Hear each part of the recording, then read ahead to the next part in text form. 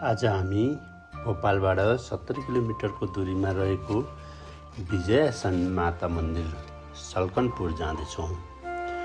यो मन्दिर सिहोर जिल्लाको सल्कनपुर पहाडको टुप्पोमा अवस्थित छ।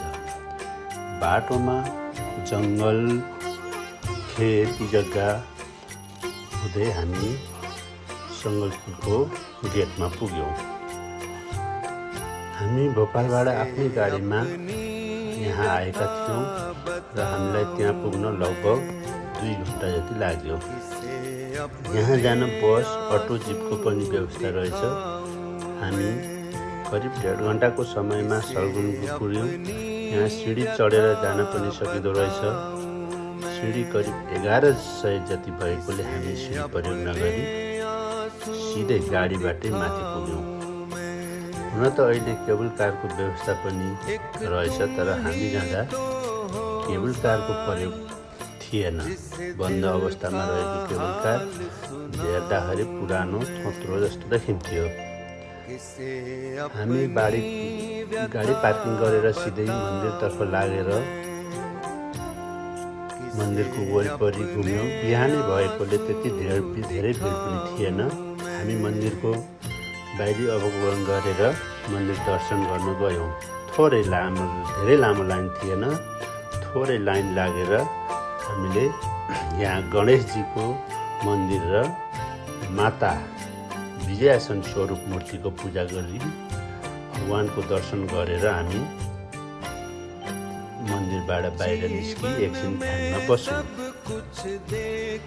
एकछिन फोटो सेसनको काम भयो। हामी फ्यामिली पारिवारिक भएर गएका थियौँ। त्यसले गर्दाखेरि हामी एकछिन बाहिर फोटो खिच्ने, ध्यानमा बस्ने गरेर वरिपरि निहाल्यौँ। केबल कार यस्तो अवस्थामा थियो जो पुरानो थोत्रो जस्तो लाग्दथ्यो। यही केबल कार हो जुन हामीले माथिबाट अवलोकन गरेर त्यहाँ आउन पनि सकिँदो रहेछ। तर हामी आफ्नै गाडी साधन भएकोले गाडीमै आएर मन्दिर दर्शन गऱ्यौँ। मन्दिरमा देवीलाई नरिवल चढाउनु रहेछ, ध्वजा चढाइदिनु रहेछ। मैले नरिवल फुटालेर देवीलाई चढाइदिएँ र ध्वजा बाँधेर देवीलाई प्रार्थना गरेँ। यहाँको धार्मिक मान्यता के रहेछ भने दुर्गाले राक्षस रक्तबीजलाई पराजित गरेको घटनासँग यो स्थान जोडिएको छ।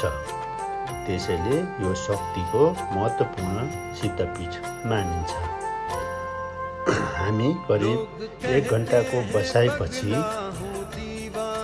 मन्दिर दर्शन गरेर 1 घन्टाको बसाइपछि हामी त्यहाँबाट निस्केर फर्किनको लागि गाडीमा चढ्यौँ। गाडीमा चढिसकेपछि करिब 2-3 किलोमिटरको ओह्रालो बाटो कटेर हामी मेन रोडमा लगभग 5-7 मिनटको अवधिमा हामी मेन गेटबाट बाहिर निस्क्यौँ। हामी मेन गेटबाट बिहानको समय भएकोले नास्ता खानको लागि होटलमा एकछिन बसेर सबै मिलेर नास्ता पनि खाइयो। यहाँ धेरै राम्रो नास्ता मिल्दो रहेछ। मैले चाट समोसा पनि खाएँ र सबैले कसैले के आफ्नो इच्छा अनुसार खाएर हामी त्यहाँबाट गाडी चढेर निस्क्यौँ। करिब 1.5 घन्टाको बाटो हिँडिसकेपछि हामी भोपाल जहाँ दाइ बस्नुहुन्छ त्यहाँ लागि आइपुग्यौँ। घरमा करिबन हामी 6:30 बजे घरबाट निस्केका थियौँ र यहाँ आउँदाखेरि 11:30 बजे फर्किसकेका थियौँ। आजको यात्रा बडो रमाइलो लाग्यो। सबै पारिवारिक घुमघाम, मन्दिर दर्शन गरेर रमाइलो गरी आज घर फर्क्यौँ।